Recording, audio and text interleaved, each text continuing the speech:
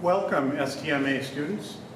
This video here is going to be on cutting the triangles for your sofa server. Alright, you can find it on number 13. The instructions for that are number 13 on the blue pack right here.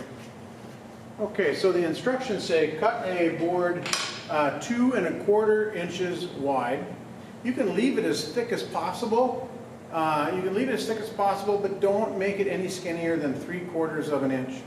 It also says to cut it about 18 inches long, but if you're working with a partner in the class, go ahead and cut it a lot longer, okay? You guys can make triangles together off of one board if it's easier for you. All right, I want to show you the technique that we're going to use because a lot of students get this wrong. When they see the instructions, they think they need to cut squares 3 1/2 by 3 1/2 and then cut them diagonally, and that's a very dangerous cut, so we don't want to do that. When we use this technique that I'm about to show you, this technique will give us the grain running on the triangle. It'll give us the grain running on the triangle along the hypotenuse. And that is good for a lot of reasons that I'm not going to explain in this video, but that is our goal, and you will be graded on does the grain run on the triangle, because if it doesn't, you didn't follow the directions. All right, let's take a close-up look on how we're going to cut triangles out of this board.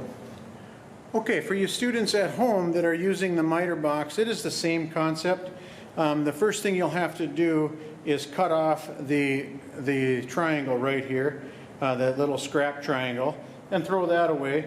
And then you'll come over here and line up this little corner right here with your project, or I'm sorry, with this 45 degree and the saw, and cut your triangle.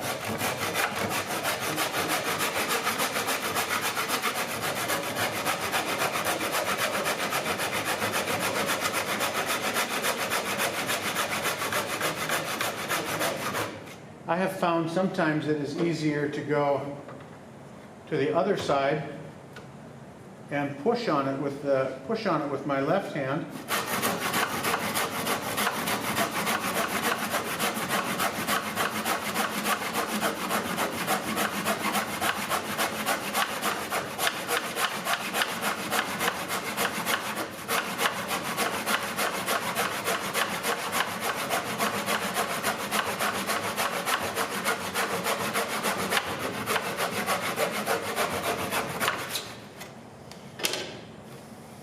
That only works if you're using this lip right here on a bench top. All right, so there's a triangle. There's a triangle right there cut on the miter saw. Now, for those of you at home, again, you're not going to be able to router this because you don't have a router, or you probably don't have a router. So instead of routering it, you're going to just simply sand down these corners to your preference. All right, what you want to do is take off the sharpness of them and sand all along here. A common mistake is we end up sanding only in the middle and not so much out here and out here. All right, so this may or may not be good enough. It's not focusing for me, but it may or may not be good enough for you. We just want to take away that sharpness and put a little rounded edge over that. So sand as much as you like. All right, that's making a triangle on here. Let's go ahead and take the other ones to the router and we'll talk about that. Okay, over here at the router, you may have used the router in a situation like this for longer pieces or doing your horseshoe. But when you're doing your triangles, you do not want to you don't want to use the router without this fence right here.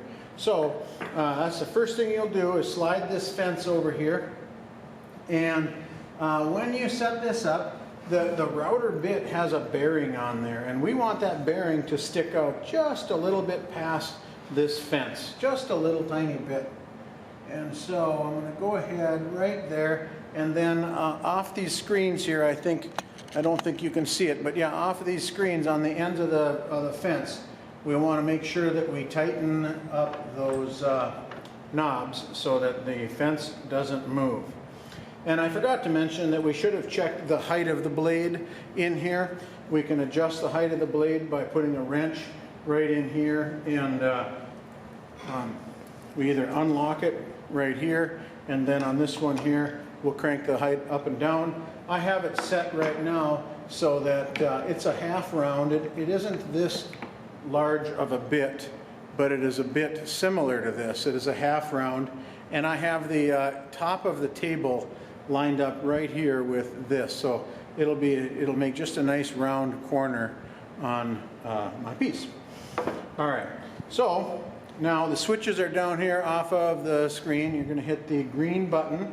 But before we get started, I want to talk about the direction that we're going to go. Reference these arrows on top of the fence, because that is the direction that we are going to travel the piece of wood, so that we are going into the cutting action of the bit. We don't want, the bit is going to be spinning that way, and we don't want to move our piece with it, because then our piece will go flying out. And when our piece goes flying out, our fingers typically tend to replace those pieces and can get caught up into the bit. So we want to go this direction, and it's a much safer operation. So we're going to turn on the router.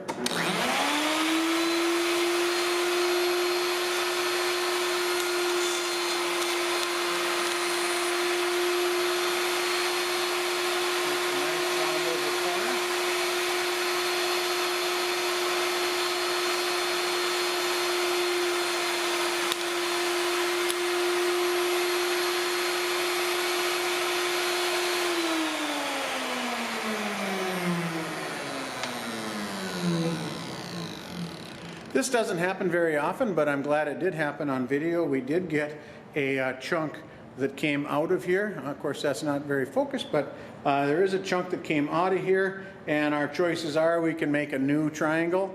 We can go over to the sanders and try to sand that off and make it smooth. Who knows, we might even be able to put a little glue in here and repair it, and then come back and try to router it again. Sometimes that's successful, sometimes it isn't. It's a little bit tedious, so it's up to you. It doesn't really take off your grade because you didn't have any control over this, but we'll move on now. I did notice that after my first cut, I have the bearing sticking out a little too far, so I'm going to move the fence this way just a little bit more.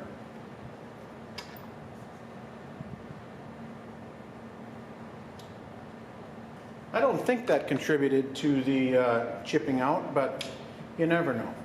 All right, so real quickly, we'll do the rest of them.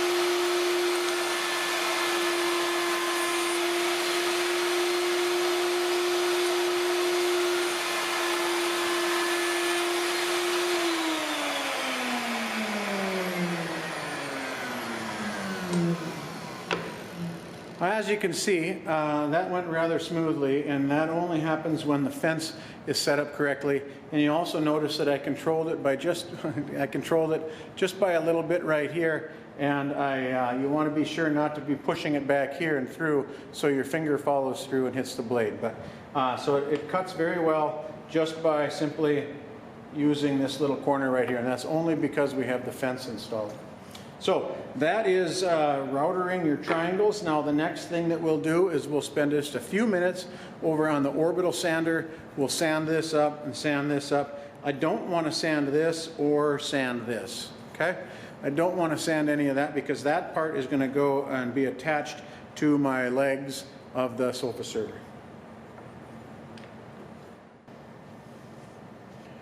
All right, real quick on this is called an orbital sander. And random orbital sander made by DeWalt. They're nice. They work with a Velcro backing and a Velcro sanding pad right here, sandpaper. And I'm going to be using 120 because these pieces are already fairly smooth. They're not very rough and there's not a lot of machine marks on them. So I'm going to start with 120. The other kind is says 120 right here. The other kind says 80 on there. It's a little bit more aggressive and a little more rough. So I don't need to go there. That's if I need to really remove some lines and some machine marks on there. Now this doesn't take very long, and this is kind of a small piece. It kind of tickles your hand a little bit, but we go ahead, get it started.